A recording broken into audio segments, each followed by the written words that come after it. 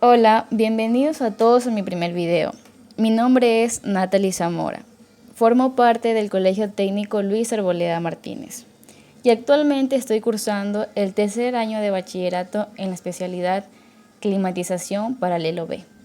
El día de hoy les hablaré sobre el tema Realismo Social Ecuatoriano, Generación del 30, correspondiente a la materia de Lengua y Literatura impartida por el licenciado Edison Mero.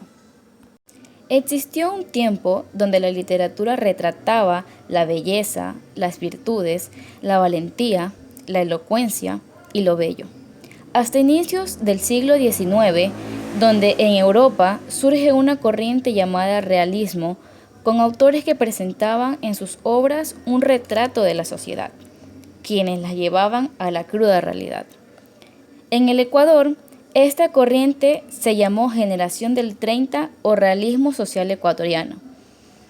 Esta generación la integraban varios jóvenes con la misma mentalidad realista, esa ideología y estética literaria, con un contexto muy similar. Antecedentes históricos.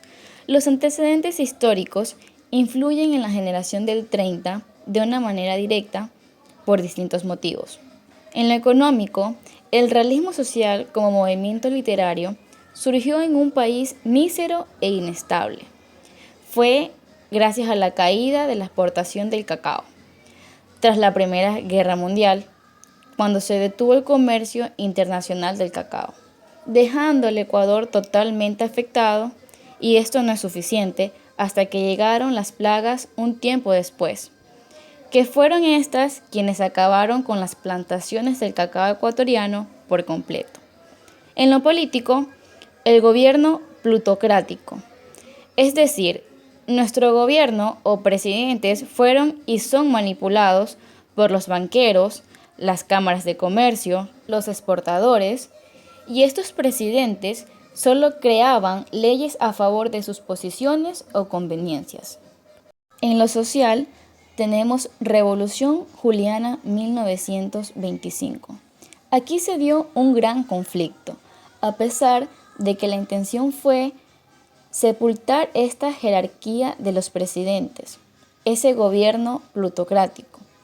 Pero esta era tan fuerte y poderosa, tanto en la costa como en la sierra, que hizo que desvaneciera por completo la Revolución Juliana. Desde 1930, comenzó una desestabilización política inefable, tan grande que desde 1930 al 1948, al menos en el Ecuador, se tuvo 14 presidentes y a raíz de esto el Ecuador empobreció enormemente.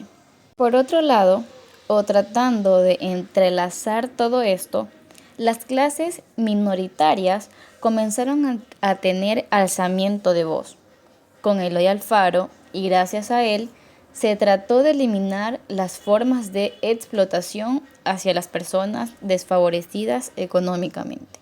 En este caso, o en pocas palabras, nuestros aborígenes, como los indios, los montubios, los afroecuatorianos y otros más.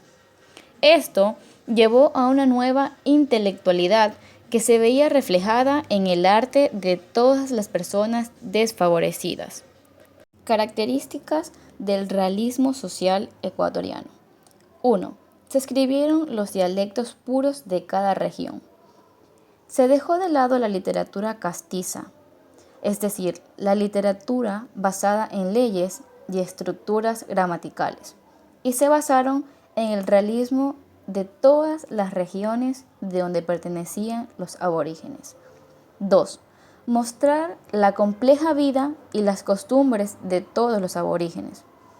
La única, o más bien la prioridad, fue mostrar las situaciones y formas de vivir de todas las clases desfavorecidas de una forma clara y pura. A esto es lo que llamamos realismo.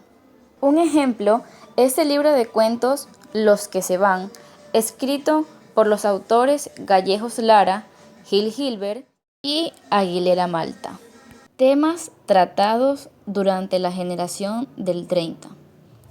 La explotación inhumana, la fallida evolución alfarista, la Revolución de Carlos Concha, las Montoneras y la masacre de Guayaquil de 1922, donde asesinaron a más de 1.500 manifestantes en Guayaquil, masacre autorizada por el presidente Luis Tamayo.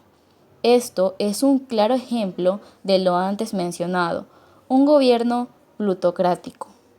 Por último, pero no menos importante, tenemos los autores del realismo social ecuatoriano. En la sección del indigenismo tenemos a Fernando Chávez con su obra Plata y Bronce, a Jorge Icaza con sus obras Huasipungo y el Chuya Romero y Flores.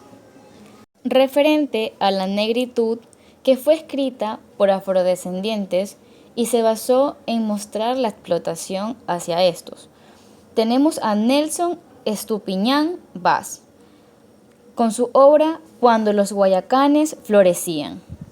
Y el grupo de Guayaquil, que este grupo estaba compuesto de escritores como Joaquín Gallejos Lara, con su obra Las cruces sobre el agua, a Demetrio Aguilera Malta, con sus obras Don Goyo, Siete lunas y Siete serpientes, a José de la Cuadra, con La triga y Los angurimas. También Alfredo Pareja Diez Canseco, con sus obras Baldomera y La hoguera bárbara, a Pedro Jorge Vera, con su obra Los animales puros. Se puede determinar que con este movimiento literario se inició oficialmente la literatura ecuatoriana, puesto que nuestros escritores por primera vez escribieron como ecuatorianos para ecuatorianos, basándose únicamente en el realismo de los aborígenes y cada una de sus regiones, usando sus diálogos originales sin necesidad de ficciones. Muchas gracias por la atención, espero que hayan disfrutado de este video. Hasta la próxima.